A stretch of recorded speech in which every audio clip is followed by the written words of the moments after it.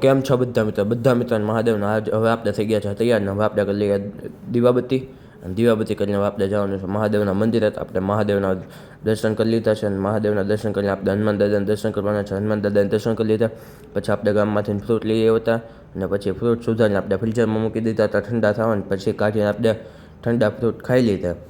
ત્યારબાદ આપણે ઝાડવાને થોડુંક પાણી પાઈ દીધું. ઝાડવાને પાણી પાઈને આપણે હોઈ ગયા હતા. પછી આપણે પહોંચી ગયા ટ્યુશનમાં સાહિલ અને દીપભાઈ આવી ગયા હતા. દીપભાઈ મૂછ કાઢ્યું એટલે મોઢું છુપાવતા હતા.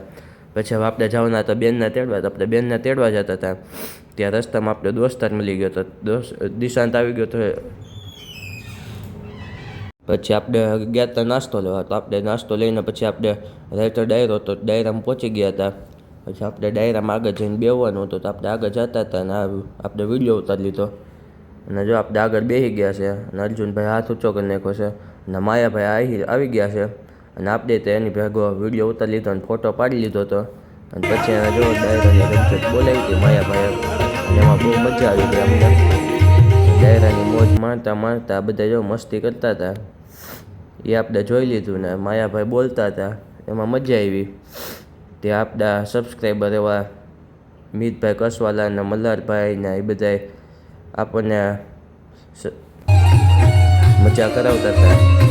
ત્યાં પાછો પૈસાનો વરસાદ કર્યો ને એવું બધું થયું. ત્યાં અમે અર્જુનભાઈ મસ્તી કરતા હતા. આપણે અર્જુનભાઈનો વિડીયો ઉતારી લીધો અને અર્જુનભાઈ જુઓ મસ્તી કરે છે. ત્યાર પછી આપણે રાતે યાર્ડમાં મેગી ખાવા ગયા હતા. જો વ્લોગ ગમ્યો હોય તો લાઈક કોમેન્ટ શેર કરતા ભૂલતા નહીં.